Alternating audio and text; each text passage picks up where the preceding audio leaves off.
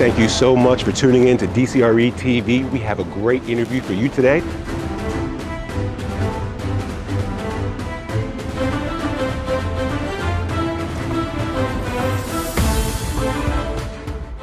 All right, Rob, thank you so much for joining me here today. I really do appreciate you giving me your time on this cloudy Sunday afternoon in January. But thank you. I know you have very little of it, especially on a Sunday. So again, I appreciate you for spending some time with me today.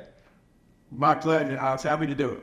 All right. So this part of this interview, at the beginning, I like to call the roots. If you don't mind, starting from the beginning, when your family, where they originated from, how they got started, and how you got to where you are now as a family unit. Well, great-grandparents on my father's side came from Italy, and my mother came over from the United Kingdom. Okay, and then how did they immigrate to the U.S.? Well, I guess my family on my dad's side had other friends and relatives that had wanted to come to the U.S., made their way here, I think, for a new beginning. It's funny, I just posted something yesterday about, the United States being a land of opportunity, and I think they totally bought into that.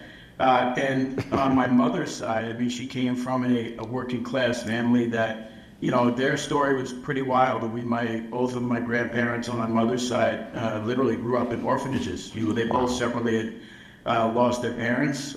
She grew up in a rough and tumble neighborhood, and I think just wanted to do something different, and literally came over here as a nanny and ended up liking it, and met my dad, and ended up there with going back. Oh, wow, that's an amazing story, man. So where did they land when they got here into the U.S.? Yeah, so on my dad's side, they ended up settling in Hicksville, Long Island. Okay. Which was a working class community back in the day. And then it was funny, my dad ended up getting booted out of college, was a homesick Italian kid, didn't like being away from home, didn't do well in school, got kicked out, ended up going to night school. My grandfather told him if he was going to live at home that he had to get a job. Right. So we got a job as a postman during the day, and went to school at night to become a teacher, which he ultimately ended up doing for 35 years. Wow. And as luck would have it, my mother had come over as a nanny for a wealthy family in Great Neck, Long Island, which happened to be on my dad's postman route. So that's how they initially connected. Oh, man, so your dad was the mailman? He was the mailman? He definitely was. Shout out to your dad. Is he still with us? He's not. He passed in 2011. But, God bless him. God bless him. So what was his name? Dennis. Dennis. And your mother's name, if you don't mind sharing? Sure. Ethel. Ethel? Yeah. Awesome. So, okay, so they met, they married eventually, and then they had you. And this was all in Long Island? Yeah, so they ended up settling out in a town out in Long Island where Jeff called Selden. Where, again, that was probably a 25 minute drive for him to get to school to teach, and my mother was a stay-at-home mom. Awesome. And are you the only child? No, I'm the oldest of 3 boys, so I have 2 brothers. Oh, 2 brothers. Okay, that's cool. So what was it like, 3 boys growing up in Long Island? Tell me about your childhood, any nostalgic memories you have from being in Long Island? Yeah, look, I loved it, right? I mean, I'd say we probably grew up lower middle class, which I look at kind of where I've gone to today and the things that we do and get involved in. And, there's always like this element of imposter syndrome. That man's an imposter. That man is the imposter. Follow where you go. But we had a great life. I mean, we had an idyllic bunch of friends in the neighborhood, kind of thing where you went out and rode your bike and you played all day, and your mother yelled out the back door and you came back, when the sun went down. And so it was an incredible way to grow up. My family was, great. We had another uncle and aunt that didn't live too far away from us, so we used to see them every once in a while. When I was younger, we used to make the trek all the way into Hicksville, which was probably a 40-minute ride, to have big Sunday dinners with the Italian family, which was great. That kind of got diluted over time, as people got older and as some started passing away. But yeah, no, that where I grew up and how I grew up was a foundational element for me, and something I'll always appreciate and never forget. Awesome, awesome. And you mentioned the word Italian family. Was yours the quintessential Italian family that we've all grown to love and we see so much on TV and you read in books, and this, big family with all the great character and charisma that Italians are known to have? Yeah, no, it was probably the generation before me. It was much tighter. But it was big. And I used to laugh as a kid. We used to go in. My grandparents had a home across from my great-grandmother. My great-grandfather had passed away. My aunt lived above my grandparents, and they would have everybody over for Sunday afternoon meals, which were, fantastic. And like I said, I think, the reality for me, unfortunately, was as I started growing up and as some certain people passed away, the closeness of that family unit dissipated a bit. So I wouldn't say I continued all the way through. It was funny, at the table, people would speak Italian, but my dad never spoke Italian to me, so we didn't pick it up, which I wish we would have. But yeah, it was great. I mean, again, as a kid, being involved and being exposed to all of that was fantastic. Awesome, awesome. And then you being a kid, what type of kid were you? Yeah, look, I kind of laugh in hindsight because my dad was, when he was younger, he got drafted, went to Vietnam, which I think had an impact on him. He never talked about it, but he ended up being a guy that he was an incredibly extroverted person that could have a volcanic temper. And I think when I was growing up, I never did anything wrong, right? I did not want to get out of line. I did not want to upset him. And nor did I give him reason to, right? I mean, I kind of was switched on early where I kind of laughed because I probably read more and I paid attention to school a lot more. I never cut class. I didn't do anything, degenerate-wise. I kind of stayed, towed a straight line with him, and he appreciated that. Right. As I grew older, and I laughed because my brothers were got a lot more real, I guess, and gave him some reason to show some of that temper sometimes. But I did not want to go off kilter with him, and so I kind of kept very straight to what I was doing, and I was very focused at an early age. I laughed when I was growing up. Family Ties was a TV show with Alex B. Keaton. I tried to wear a blazer and slacks and go to school like that. And I took it very seriously. Wow. I was a bit introverted growing up. I was a bit nerdy, to be honest. I just laugh when I look at the way I was as a young kid and kind of how life changes you and how you grow up. It's just been a phenomenal ride. Awesome, awesome, awesome. And let's go back to your father, because on this platform we like to, highlight veterans. What service or branch of service was your father in? Sure, he was a U.S. Marine. Oh wow! So he got drafted. So he went to Vietnam. One tour? Well, he got drafted for Vietnam, but then was stationed in Okinawa. So he didn't directly fight in Vietnam, but he was stationed in Japan. Okay. Well, definitely salute to him for his service. The country called on him, and he answered the call. So we appreciate your family's contribution to this country. Definitely. And you have some brothers. Are you guys pretty tight? I'm probably closer to my middle brother. Okay. I actually reconnected with my youngest brother not too long ago. Okay. We had spoken in a bunch of years when my dad died. I think things just kind of went their own ways, and we actually just reconnected recently, which has been nice. But I couldn't be happier for them. My one middle brother ended up settling out in Chicago in the suburbs.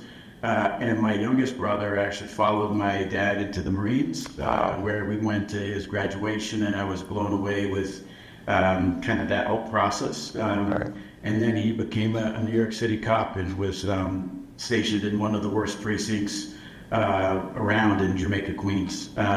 Did his time there, was able to transfer out to Long Island, where he was a Suffolk County cop, and then he just retired not that long ago down to South Carolina. And again, his wife is great. I mean, she's a nurse, and they have two kids that have done really well in school. And My middle brother, again, he's got 2 kids that have done really well, and they're in college now. So I couldn't be happier to see how everybody has kind of done really well, given how we all grew up. Wow. And what's your middle brother's name? Mark. Shout out to Mark. And your youngest brother's name? Steven. Steven. Shout out to Steven. And salute to Steven for his service in our country and in New York City. Hope he has an enjoyable time down there in South Carolina. So, okay, going back to you as a child, let's talk about high school. You said you were, really clean-cut kid and really had your processes together when it came to, doing your academics, et cetera. What would you say was your transitioning from high school to college? How did you make that transition? And why did you go to whatever school you ended up going to? Yeah, so what happened is funny. I would take a step back, and the move to high school, I think, was probably one of the first transitional or transformational aspects of my background. I think my dad had wanted me to go to a top-flight Catholic high school in Long Island called St. Anthony's, and it was all boys back then. My uncle had been an assistant football coach there, spoke glowingly of the school, knew the Franciscan brothers that ran it, a lot of discipline there. And it was funny, I ended up going, and it was the first year that it was co-ed. And, when I went, it went from being a reasonable commute to an absolutely insane commute as a 9th grader. And again, for me, it was a fantastic experience, having been put through it. Again, I looked at, on a teacher's salary for my dad because my mother didn't work. I mean, he took jobs over the summers to help pay for sending me to school, and whether that was painting political signs over the summer or driving a taxi. I mean, I completely appreciated everything he did for me. And one of the great things he also did was made me get a job every summer, and then he made me give him, money. He gave him $1,000 every summer. Awesome. And what he ended up doing for me, though, was when I needed spending money during the year, he'd actually give that back to me. So it was actually nice in terms of what he did. But I think, when I went to that high school, I started there. I was incredibly nervous. I was not sure what to expect. And it was high octane, right? I mean, the expectations were so much higher going to that school. And there was a bunch of kids from that school that went to Ivy League colleges, right? So it was a very different experience for me. And again, I do this now because my kids I have a sophomore in high school and a freshman in high school. And I wish I would have known better to study a bit harder, to apply myself for the SAT when I needed to. Again, I think I ended up going to the University of Scranton, Pennsylvania, which was an old depressed coal mining town, which was a great school. I mean, it was a perfect outlet for me at that time in my life. We had usually 13, 14 kids from my class, from every class at St. Anthony's would find their way to Scranton. So I had an embedded bunch of friends that went there. Some of my best friends now are kids that I went to both high school and college with, which is kind of incredible. So, for me going to Scranton, I think my dad and mom were incredibly happy that I just got into Gotham. I was the first one to really go to a 4-year degree, or to get a 4-year degree. So I think they were incredibly happy. And I look at how, I work with our kids now, my kids, and, the expectations for them are so much higher. Again, they're very switched on. I think, the thing I also had to navigate when I was in high school and then college and now is ADHD, right? And I think, trying to navigate that is hard. And I can't imagine if I had the amount of stimulus that these kids today have to deal with. When I was going, I didn't have a phone. I didn't that didn't exist. None of that stuff. And I just look at, all the complexities of men learning and teaching today. With that's incredibly hard. I'd also say that, for me, it was very humbling in that I had to work so much harder just to get B pluses, right? And that's demoralizing sometimes when you just put your heart and soul into studying and it's just not good enough, and that's why, to me, hard work today still counts more than anything, and for whatever we do. But, getting through high school and then getting into college, And again, college for the University of Scranton was, no football team, no fraternities, no sororities, none of that. It was a small Jesuit college. And again, some of those kids that I met there were the greatest kids that I've ever met in my life, and just really down-to-earth good people. Okay, cool. Going back, okay, so Scranton. Appreciate your insight in hearing about your experiences on University of Scranton. I know that's probably near and dear to your heart. And, to your point, it may not be the Ivy Leagues, but you can do well from anywhere as long as you work hard at it, and you're a testament to that. You can do it! So let's touch on schooling. What did you major in?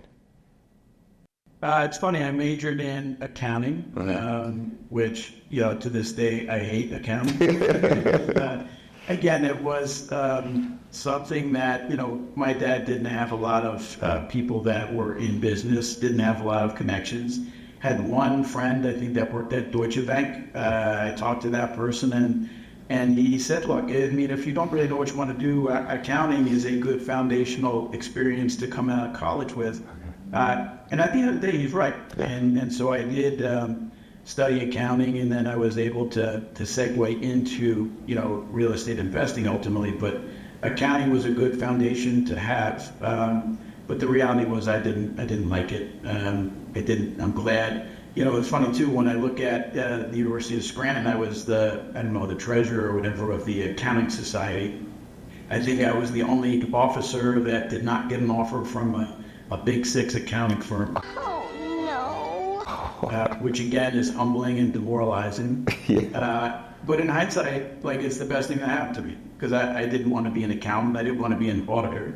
And it might have been a setback at the time that I didn't fully appreciate was a great thing that I did not get an offer from any of them. Right. Okay, so then you talk about the relationships you built at the University of Scranton.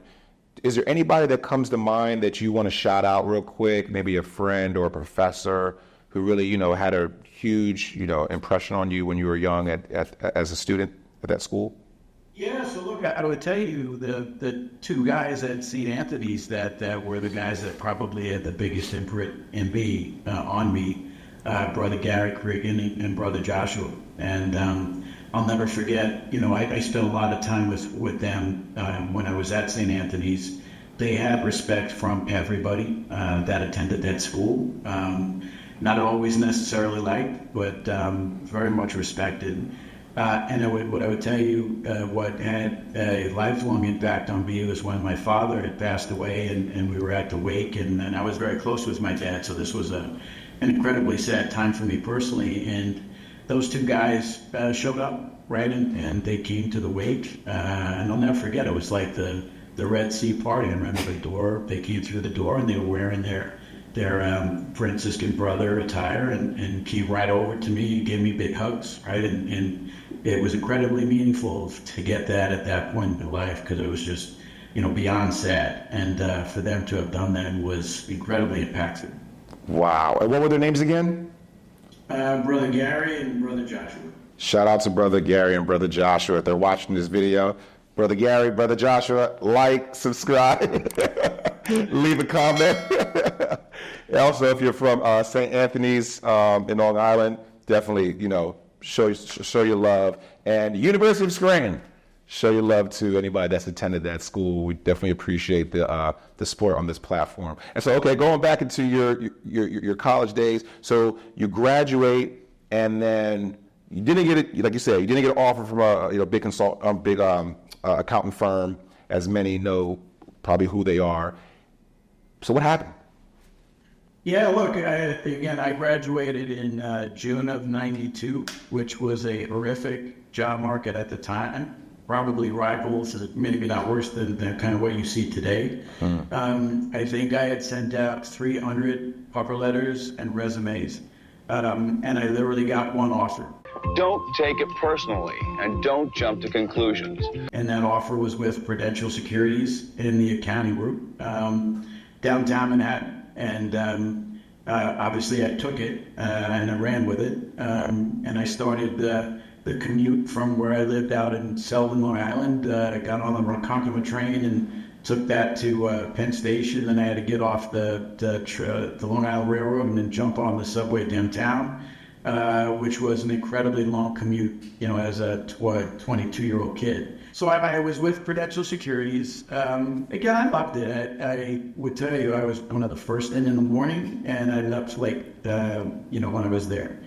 And one of the jobs that I had was to reconcile the expense category for Hardwick Simmons, who at the time was the chairman and CEO. So I used to see not only his base salary, all of his bonus payments, and then I used to see all of this, of course, the helicopter trips from Westchester down to the seaport, and it kind of blew me away. And at the time, Prudential also had a very big real estate group.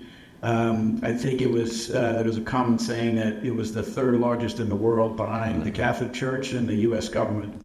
Damn! Wow. In terms of real estate holdings. And they had an analyst program that I applied to. I was asked to interview. So I had to go out to Newark, New Jersey at the time and interview there. And then I was lucky enough to have been selected. And again, if you look at, and in hindsight, one of the best foundational things that ever could have happened to me. I mean, I met a lot of really great people, a lot of really good, solid real estate people. And then the training there was incredible. So it could not have been better for me but then I was probably 24 years old after having done 2 years at Prudential Securities.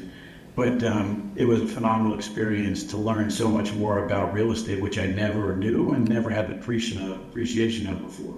Awesome. And is there anybody from that company at Prudential that you want to shout out that was influential in your career early on? There was a couple of people there. I think my first boss was Gary Pacone, who kind of took me under his wing and then was a phenomenal mentor to me. The next person I worked for was John Maurer, who I worked for when we moved out to ultimately Parsippany, New Jersey. And John was a physically intimidating person, but a genuine great guy and incredibly knowledgeable. And then there were just people there that I worked with, and you kind of look at how the world goes full circle. And Joe Bonner was a transaction person that I kept in touch with, and I still do today. Joe Margolis was a friend back in the day, and Joe is now is the chief executive of Extra Space Self Storage. We were able to do a joint venture with them not that long ago, which was a great result of having known each other for a long time. Gary Kaufman was a senior transactions person who I just thought the world of. I thought he was incredibly talented. Right. So there were a lot of people there that I touched base with that I really, really appreciated working with. Awesome, man. That sounds like you got a great experience over there. And then when you were at Prudential, like what led you into your next role at Prudential or your next job at a different firm? Yeah. So I stayed at Prudential for 8 years. They treated me very, very well. Towards the end, I think in the latter 90s, they sponsored me to go for my executive MBA, where I went to NYU. Okay.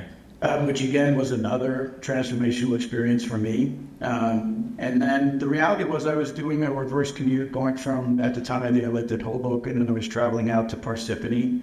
And it was really not so much a meritocracy in terms of how pay worked. Right.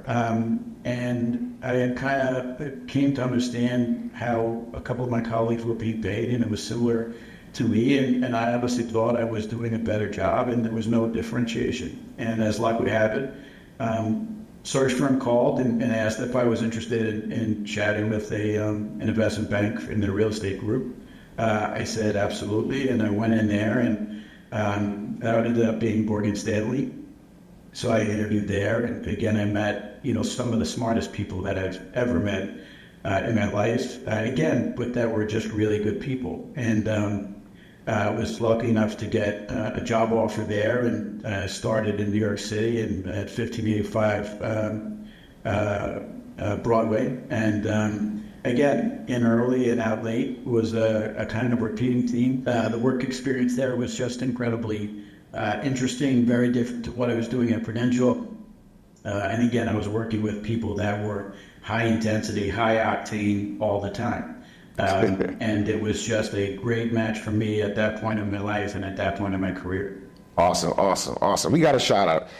You rattled off a couple names as well as a couple of companies. We got to shout them out. So shout out to Gary, John, and the Joes that were influential to you, and shout out to Prudential as well as NYU's MBA program. I'm sure you're a proud Sterney. And shout out to Morgan Stanley. So you touched on your experience there and the people you met. That's no surprise to anybody. Those are fine institutions, especially the last one you just named. So it sounds like you had a really, really good experience there. So what led you to getting the job you have now? And have you always been an asset manager? Let's bridge that gap. You're working for an investment bank, and now you're working for private equity. But what happened between that Morgan Stanley to BGO timeframe? Yeah, so it's funny. I ended up working for 2 years at Morgan Stanley in New York, and then they asked if I was interested to move to Asia. And at the time, I was engaged to the woman that's now my wife, but we went out to take a tour because the job was going to be based in Hong Kong. And we both decided that it would be great, for me to explore that. And I can't say thank you enough for her support, because had she not been, my story would be very different. And we ended up I moved to Hong Kong first in August of 2004.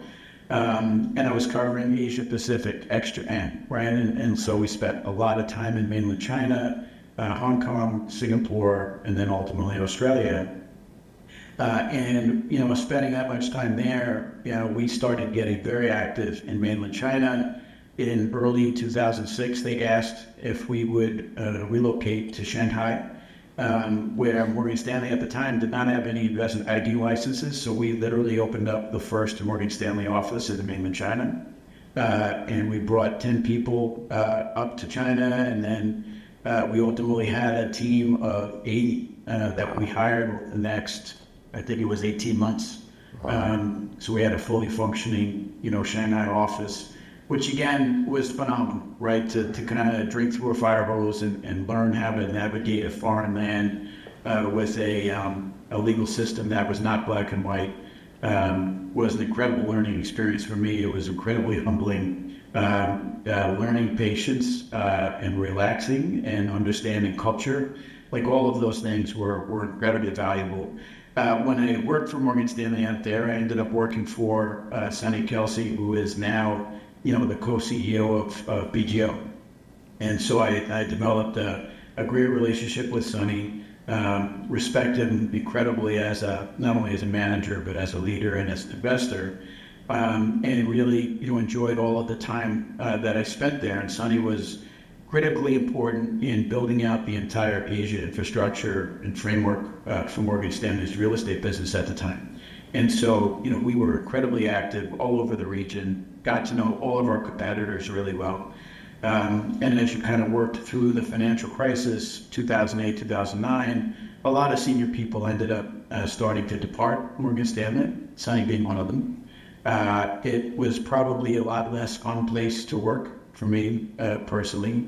And at that point, I decided to resign, to step down, and I started my own business. And we did a couple of things. One, we were looking at investing in India, where I had the former head of Morgan Stanley's India business had also left, and we put some money together and started an advisor business there. And then the other one was just my separate business was focused on capital advisory work across Asia Pacific. And so we did a bunch of that. Fast forward that a couple of years, I struck up another consulting agreement with Sonny and what at the time was called Green Oak. And then, fast forward, I think that was another 5.5 years. Since I had started it, this happened, I think in January of 2012 when it started, and then I ended up, I think we came back for a family trip in December of 2016, and, my wife is an only child, my in-laws, my kids are their only grandchildren, they were in their early 80s, my mother had lost my dad, was on her own, and we kind of just made the decision that it's the right time to come back, and I'll never forget, we were on a ski trip in December of 16. We landed in Singapore, January of 17. And the first call I made was to Sonny, and I said, I think I'm going to relocate back after the school year is out. If there's an angle to work together, that would be great. And if not, no big deal. So again, I used to see Sonny usually for lunch once over the summer, and then usually once during the holidays. And he said, look, this could be interesting. He's like, why don't you come and meet the team when you come back, which I did. And then fast forward those discussions a little bit more, and then Sonny called me and he's like, I have good and bad news. The good news is we'd like to have you come back and be head of asset management. The bad news is you're the only asset manager. You're going to need a bigger boat. And all cradle to grave investing. And, Wow. And I kind of said, look, that seems like an ideal fit, and I jumped in, and it was literally like coming home.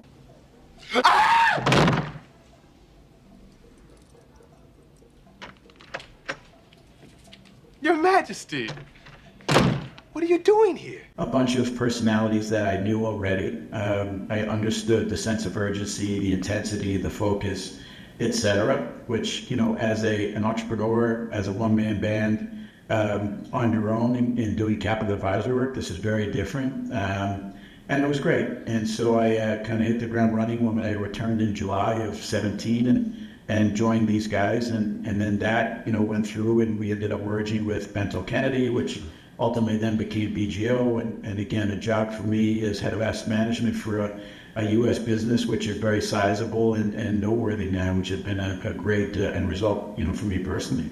Wow, man. That's a great story. We're gonna clap. We're gonna clap it up. We gotta clap it up. All the way from Long Island to University of Scranton, and now you're the head of asset management at BGO. That's a hell of a story. So obviously, for but for the viewers that are viewing this the first time, my job is to chase individuals down with amazing stories. And it sounds like you have one, and I'm glad you're able to share your inside perspective and experiences here on this platform. So again, thank you so much for joining me and sharing this wonderful story. So let's go into we cover career. You're the head of asset management at BGO, fine institution, very reputable firm that everybody's familiar with. And I've seen that you guys have a lot of very trendy, even the logo is fire. Let's see that logo. Let's see that logo right there. Even the logo is fire. But I see the post on LinkedIn and even on your website. You guys have a lot of great initiatives and programs that you guys all support. Let's talk about BGO if you'd like. If you don't want to, that's fine. But let's talk about BGO now that we're there. So what's it like now that the firm's pretty much fully built out and even growing? Look, I think we merged in July 1st of 2019. I think at the time we had 47 billion of AUM, and today that AUM has grown to over 80 billion. It's been a wild ride, and again, I think we have two guys at the top as co-CEOs, Sonny Kelsey and John Garfield, that are a great complement to each other. But I would put them on par with any leading global investment management business for real estate. I think they're great people. They're very switched on. They understand global financial markets. They understand real estate. They understand how to manage. I couldn't be happier, working with people like that. It's something where we have a very big business in the U.S. I think roughly half of the 80 billion is in the U.S. So our teams not only in asset management, but we also oversee development and construction. So there are a lot of touch points, all over the country, all over these different geographies, across multiple different product types. And there's a lot of personalities involved. And so, I think for us, managing capital across every different return spectrum, whether it's core plus, value add, and then across all of these different product types, has been incredibly interesting to watch unfold. And I think the one thing I really appreciate is the level of intensity that the team brings every day. I think we have a lot of people that are, really, really switched on, really sharp, ask a lot of questions, and they're able to do the work. And I think it's been a wild ride to be a part of, as that merger went through and now as it started to mature. And again, I think when we merged, people would always ask, are you a former Greeno person or are you a Bethel Kennedy person? Today, we actually have so many people that are truly hired as BGO people. So there is no, identity needed at all. And we've tried really hard to make sure that everybody looks at it as a one BGO, platform. And it's just been an incredible place to be a part of. Awesome, man. Awesome. That's amazing. So let's talk about some of okay. So now we're going to go into the what I call the DE&I components of this interview, and this is one of the reasons why I do this platform. And I'm just trying to lead the conversation when it comes to DE&I. Besides highlighting individuals within the space of all different races, colors, and creeds, I'm also trying to help people give their personal insight as well as share their experiences, whether they're a leader like myself with a robust platform or an ally like yourself that's trying to help others, get to a certain point in their career or build out their, foundational knowledge or network, et cetera. What is your, I would say, perspective, or better yet, what is your experience within the D&I space in commercial real estate? Sure. Look, it's incredibly important. And I kind of looked back at, if you look at how real estate has changed, it was predominantly all white guys when I first started, right in the early 90s. Now, fast forward, and there's still probably more Caucasian, elderly, or older people that were decision makers. And I think then you had George Floyd get murdered, and I think that was an immediate focus point on change that was desperately needed. Okay. I am worthy. I believe I am worthy. I am worthy. I believe I am worthy. And so I think you saw the industry basically fall in line to try to do things to try to differentiate and change. Right. And I think, it's been very heartening to watch a couple of groups that are very focused on doing things, and we work really closely with a couple of them. So there's a couple outside groups that we work with, and then we have an interior, formal mentorship program within BGO, which a bunch of us are actively participating in throughout the entire year, and that rotates through. And so, I think I've had a couple mentees every 6 months or every 12 months, and then we keep in touch on an ongoing basis to make sure that you are providing, kind of counsel and an ability to listen, right, and to provide some guidance to people that want it, that are looking for it.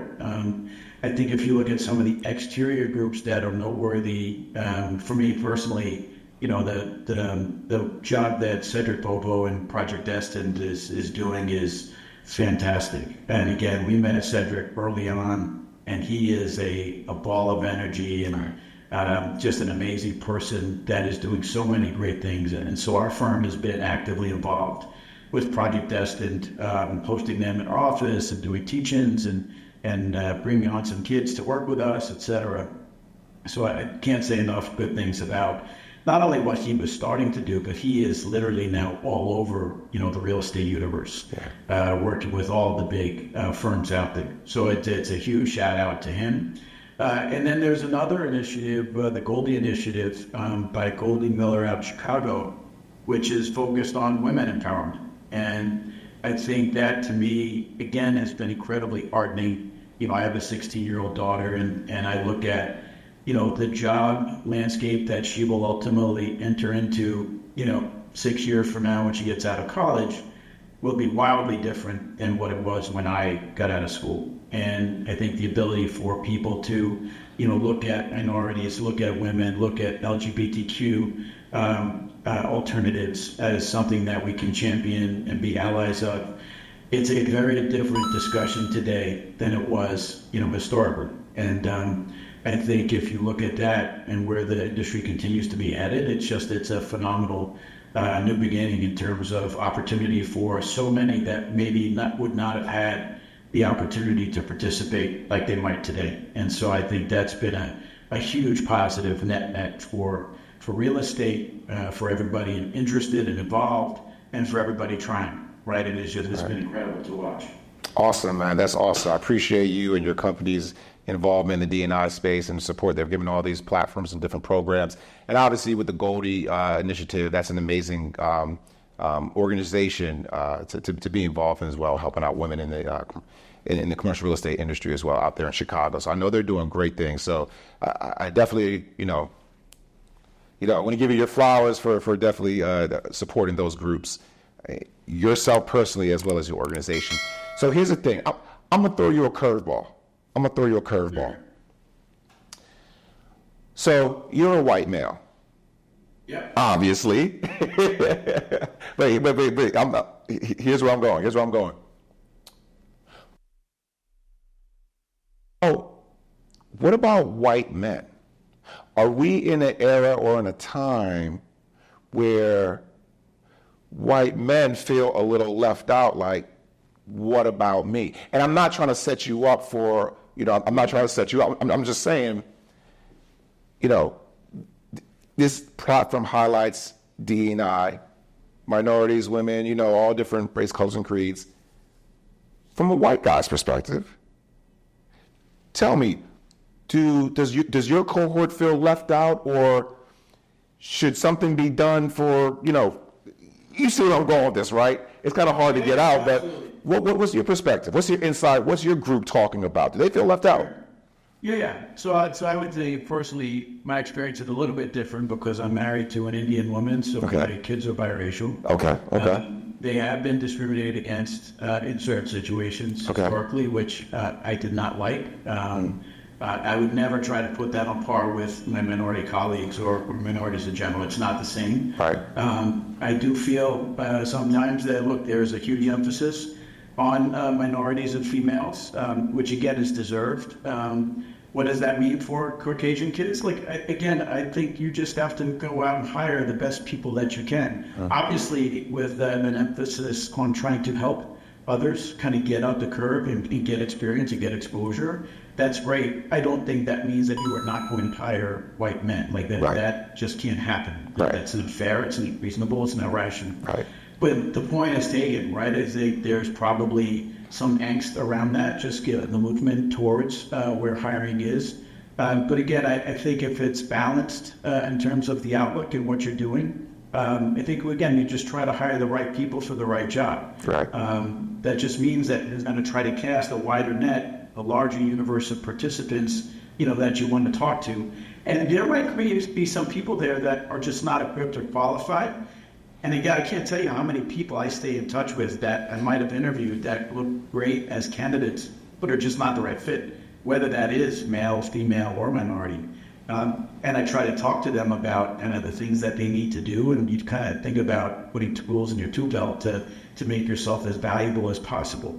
And I think it's my pleasure to keep in touch with a lot of these kids that are looking for guidance and are looking for feedback, because I think at the end of the day, if you take a long view, and the long way is probably a little bit different for me. I probably have 10 years or so left to do this, but I think you can be very impactful still to a lot of people. Being a mentor, you might not be hiring them, but that doesn't mean that you can't keep talking to them and trying to help them. And there's a whole host of kids out there that I continue to chat with. Again, we just posted an analyst position for us at BGO, and the amount of inbound inquiry I got on LinkedIn has been incredible. Right. And there's been a bunch of kids there that are probably just not the right fit. And I think for us, the ability to hire the right people is what we're very focused on. Now, again, as long as we're casting that net very wide and looking to kind of look at a lot of different options and alternatives that are out there, we're going to continue to focus on doing that. And then at the end of the day, try to hire the right people. I thought to myself, I'm helping, minorities, et cetera, military, okay, women, I got it, check. And I'm saying to myself, okay, there's a lot of stuff coming against D&I, okay, got that. all right, maybe I need to be inclusive, right? So my mission is minorities, we get it, we can see it. But you know what? I need to include my white brethren as well, right? And so that's why I was looking for people, and I saw you're very active on LinkedIn, and I follow you, and I read your daily doses. I appreciate that. So I was like, you know what? This is my guy. This is my guy. I got to have this guy on. Here we go. This is going to be my first Caucasian male on my platform, and I'm going to go from there. So I'm trying to be inclusive as well. And just as I'm trying to be inclusive, I think it happens in reverse. You know, it's not me against them, or it's only us, or, you know, I'm leading my people, I'm providing a platform for I'm looking at it, you know what? I took a step back and I said, okay, there's a little animosity toward this. I'm sensing, I'm seeing in the headlines. How about I just start including others as well? So thanks a lot again for coming on my platform. The one thing for me is I think you have to be prepared to be involved in uncomfortable conversations. Yeah. Right? And again, I don't profess to have the right answers when we talk about my colleagues or LGBTQ persons. I have so many friends that run the spectrum of everything, right? And I think at the end of the day, if you can remain grounded and be rational and reasonable and thoughtful and empathetic, like, there'll be a way to figure this stuff out. But it's hard, right? And it's hard as a white person, right, to be involved in a lot of these discussions, because I have not gotten through or have had to go through what a lot of my colleagues have had to go through. And again, we've had some minority colleagues that came to me and they talk about imposter syndrome, right, and what that means to them.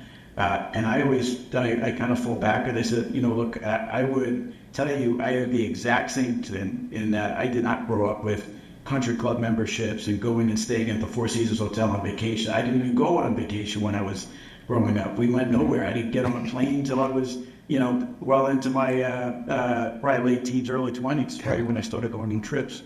But I think it's trying to be understanding, trying to be empathetic to what's happening. And again, look, I'm probably going to get a million of these conversations wrong. But there's nothing that's done with ill intent, right? I think we're always trying to do the right thing. And again, we'll get some things wrong, and I think we'll learn from it and try to do the right thing on a go-forward basis. But it is not easy at all in the slightest. And I think people understand and appreciate that. Yeah, no problem, man. I appreciate the conversation, man. I'm really enjoying this discussion. So, okay, so I think we talked about the D&I. Sorry for going off track, but I had to get that insight from you. So I hope everybody respects me for that. So going back to your career, so, you know, where do you see yourself? You are. What is a day in a life like for head of asset management at a well-regarded PE shop? What is your day-to-day? How does someone like you that's at the top of, you know, in your profession, how do you go higher? Like what does that look like for you? Your day-to-day and then your aspirations within your current role. Yeah, look, I think the day-to-day for what we do now, again, it's still an incredible learning experience for me. The real estate markets are very challenged. Yeah. There's a lot of noise and disruption in the capital markets. There is a tremendous amount of pressure on any owners of office buildings all over the country. So trying to be creative, trying to be commercial, trying to be aggressive in terms of understanding, you know, what we can do to best position those buildings to get them leased is a huge focus for us. I think we've looked at staffing and how we round out the team and what are the needs today versus what they might have been, you know, in the past. It's very different. You know, we have an internal head of marketing for the first time in my career. We have a national head of leasing that we never had before. Because the markets have changed, right? I mean, they're just very different, and the areas of focus and intensity are very different. And so I think it's been a very evolutionary process, you know, going through COVID and then navigating your way out of it. And the reality is a lot of these tenant decision makers are still trying to figure that stuff out, right? I think they are trying to understand what's good for them, what's good for their employees. What does that translate into in terms of designed new office space? What kind of amenities do they want and need in office buildings to make that alternative look appealing to their tenancy. Again, we just launched or announced a massive, I think it was a 17-year lease, 550,000 feet with Bank of America in Jersey City. That is, I think, the biggest lease in Jersey City in the last decade. Okay, do you realize how huge this is? Congratulations. Clap it up, clap it up. It's an asset lease in and of itself for the office markets. And again, I think what differentiated us, hopefully, was an ability to get right to the what was needed to get to in terms of not only economics, but, you know, the entire holistic solution that we want to be able to deliver for the tenant and its employees. And I think kind of navigating COVID through an empathetic lens to understand the pain points that all of these tenants had to navigate. And then now, you know, navigating through very choppy waters with accelerated and high interest rates, right? I mean, that puts a lot of strain on companies and their operating income, on margins, et cetera. So there was a lot of things that we're focused on. And we hired a head of really all of our debt work to navigate through all of these loan modifications that we're doing with all of the lenders that we have. And so those discussions are active and often. So I kind of laugh today because my job is not so much focused on the blocking and tackling. I don't have to get into the details of everything we do on leasing and management across, you know, a very large portfolio. I tend to focus today probably more on the issues and the problems, which can be incredibly stressful, right? And I think, you know, for me, to be able to leverage and lean on people that we have in their roles that are very, very good in their jobs, so I don't have to second guess. I don't have to go do their job. They do it, and then I can just come in on an as-needed basis.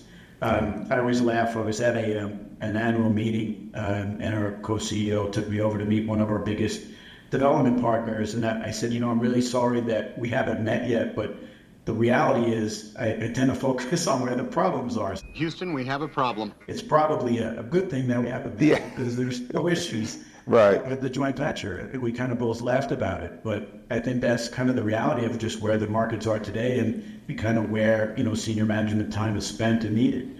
Then you layer in kind of managing through a team that might be on the younger side that hasn't had to go through very difficult markets like this, right? And the thing I love is a lot of them, the people that work with us, take their jobs really seriously, and that they get down when things don't work out, right? And so to me, at the end of the day, if you've done everything you can and you've tried, you've put forward your best effort and it just didn't work, so be it, right? Nobody can ever be upset about that. Right. So I think we try to get the basics right, just in terms of blocking and tackling. Yeah. And I have a lot of confidence that we do, right? And there's just a lot of focus, there's a lot of intensity.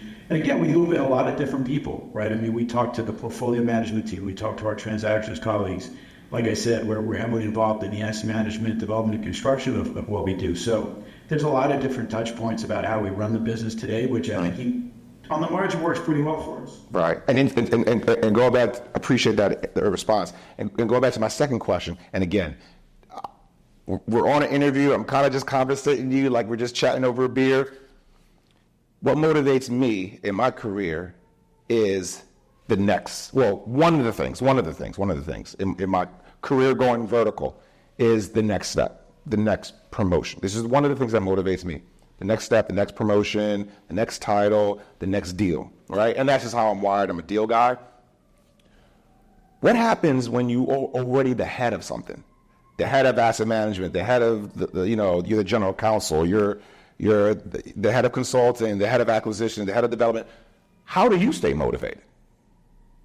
Yeah, look, I mean, I still love what I do. I think I'm very, very lucky that I was able to find a job that is varied and different daily, right? I mean, it's never the same and it's never boring. I get to work on things all over the country. I get to travel around the country. I get to meet and deal with people all the time. And then we have a ton of issues that we have to work through. And I think if you have intensity, if you have focus, if you have creativity, and if you have a lot of great people that work with you, you know, you can do great things. And so I'm still challenged every day when I come in. Okay. And what's been more interesting is not only the blocking and tackling from a real estate investment perspective, but as you get more senior, you take on a bit more in terms of managerial oversight. Okay. So understanding, what motivates individuals on the team and what's meaningful to them.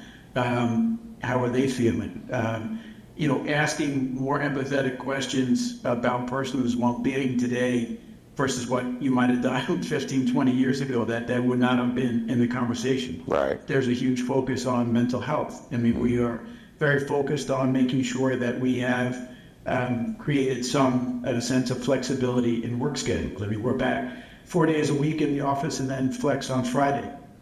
We give flex time. We have given some flex time around the holidays, whether it was the year-end holidays in December, or sometimes around over the summer when things just slow down. So I think we've tried to listen to what works for the team broadly. And again, people you grow up and you have families and you have issues and you have things they have to attend to. So there's no hard and fast rule about that. I think we're very flexible with understanding what happens, and it's more interesting. I think as things have evolved. We've hired a bunch of people, and I think I was talking to a counterparty once who saw what our maternity leave policy was, and she said, I read your policy and everyone started crying because it's very generous, right? And then we do the same thing on paternity policy, right? And again, it's just those are the types of things that historically might not have been a big focus bar, but are incredibly meaningful. And I think. Look, we work I love the firm. I love what we're doing. We have incredible, financial and parental backing with Sun Life, the insurance company out of Canada, that has been incredibly supportive of the business from day one when the whole merger got consummated. So we work with a bunch of really great people, which again makes it a great place for you to want to go to work. Right. If I didn't have that, then we'd be having everything. Yeah, right. Yeah. There's all this. Yeah, there's. I'm just a lot older now, and I get out of bed in the morning early, and I'm in the office early, and I try to leave a little bit earlier now because I got to take a long commute back home.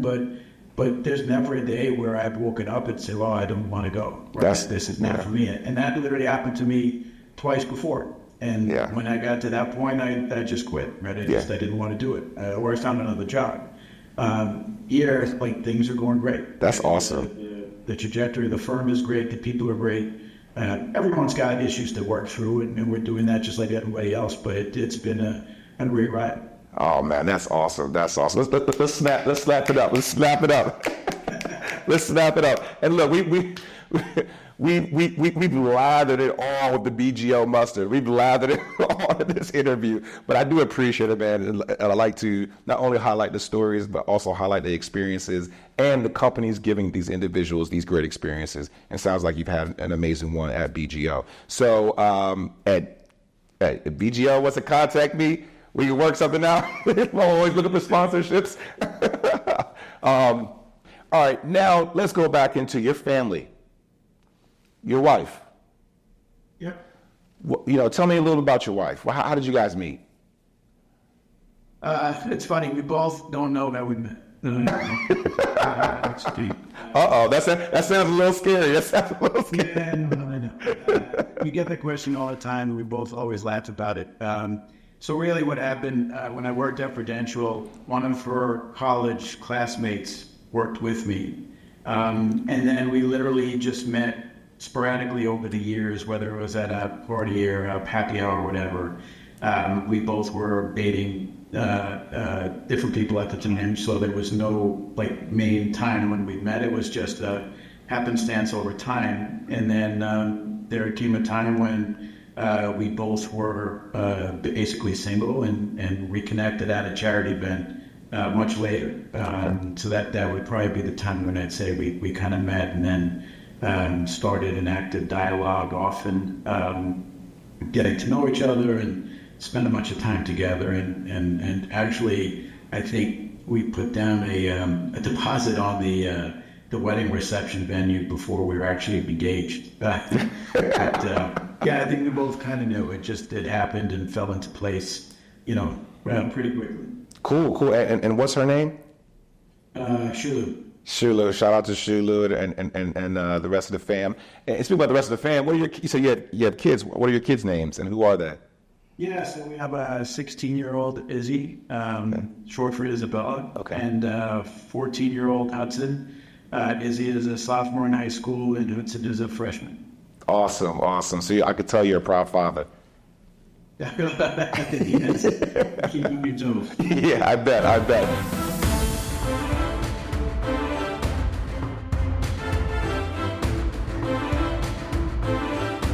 That was the heartfelt section of the interview. Now let's go into the more leisurely rapid fire. So I'm gonna throw you some quick questions. You could give me quick answers back, and they're very casual. A lot of them are just softball for you. So first, what I like to throw out there: what's your favorite color? Blue. We get that all the time. What's your favorite meal to eat? Favorite meal is there's a small Italian eatery in town in Princeton, Teresa's, where I always get the balsamico, so chicken balsamico. Okay. I gotta go to Teresa's in Princeton. What's your favorite car? If you could, Say again? favorite car. If you could drive anything in the world, what would it be? I've always liked Maserati. Okay, you're a Maserati man. Okay. All right. So what is your favorite book to read? Do you have like a favorite book? Yeah, I just finished Boys in the Boat right before the movie came out, which, the whole family read the book, and then we actually went to go see the movie on Christmas Day, which was great. Okay. There's a movie called Boys in the Boat, and I don't know about this. I never heard of this before. It just came out? Well, it came out Christmas time. Okay. It's an amazing story about a bunch of kids that were on the University of Washington rowing team. Oh, yeah. 36, well, I guess in the early 30s, and then they ended up going to the Olympics. And then they did really well, but it shows kind of this whole trajectory on how they showed up, and after the Depression, and a bunch of kids, had no means, and then they got room and board if they made the team. It's a phenomenal, heartwarming story. Okay, you know what I do? This was like created by George Clooney. Yes. Okay, I did see that. All right, now I did see that commercial. Now I need to go see the movie. What would you say is your favorite place to vacation?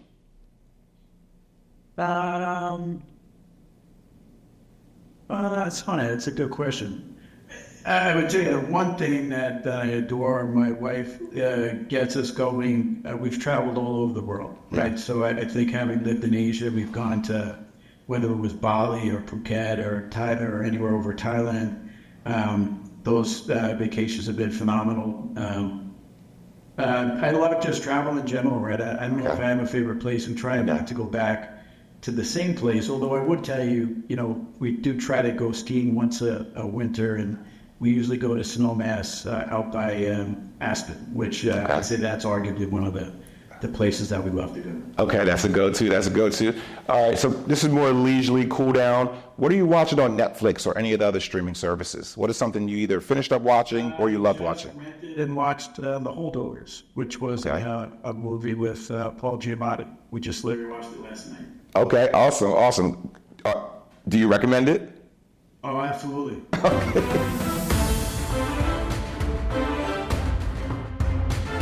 Ladies and gentlemen, this is one of my favorite components within the interview. I call this the quote battle. Here, me and my interviewee go back and forth on who has the better quote that has inspired them to either be where they're at or get to where they need to be. So, if you don't mind, please, in the comment box below, go ahead and comment who won which round, or better yet, who won the overall quote battle. And don't forget, like, subscribe, and share. All right. Round one, fight! Round one. I'll go ahead and start. Okay. All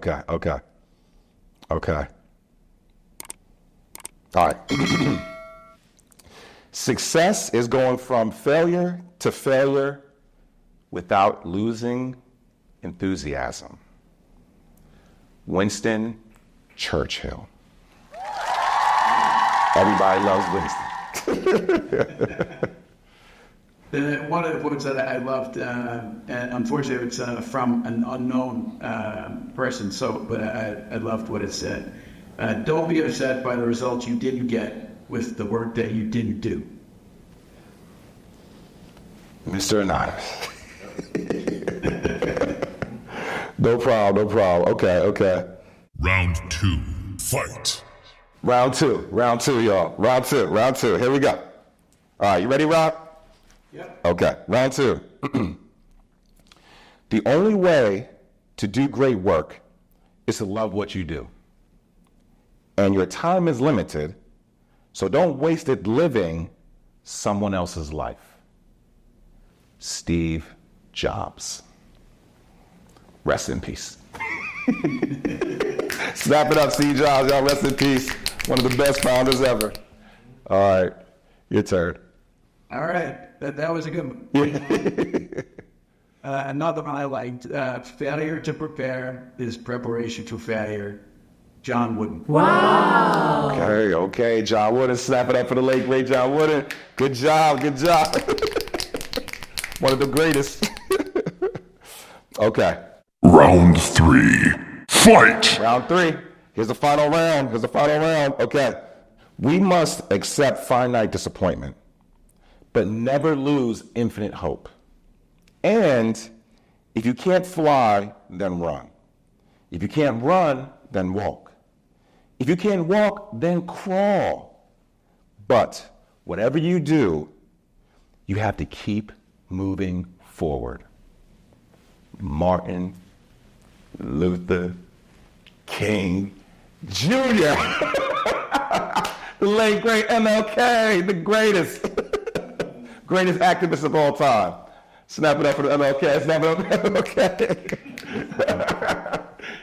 Your turn, Rob. All right, last but not least, the true soldier fights not because he hates what is in front of him, but because he loves what's behind him. By G.K. Chesterton. Okay, GK, snap it up at GK.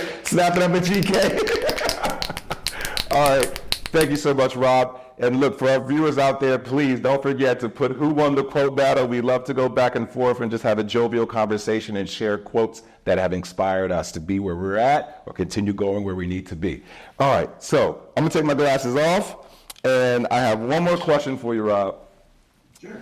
All right, this is the last question. If you can go in a time machine, or the DeLorean, Great Scott. whatever you want to pick, if you can go back in time and you saw yourself, what words of wisdom would you give a 18 to 22-year-old Rob Naso? Yeah, it's funny you say that.